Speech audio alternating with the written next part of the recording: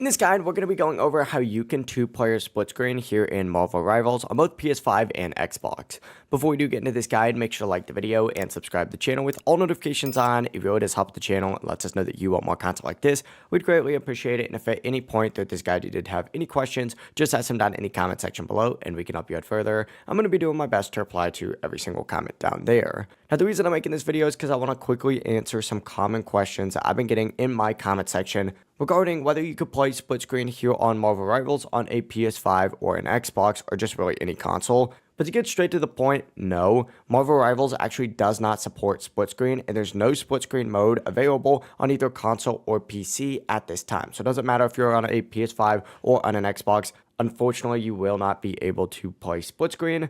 But if you are looking to play with someone locally on the exact same screen, that option is just not going to be supported. You'll need to play on separate systems using online multiplayer instead. If Marvel Rivals ever does add split screen support here in the future, I will be the first person to update you guys in the pinned comment as well as with a future video.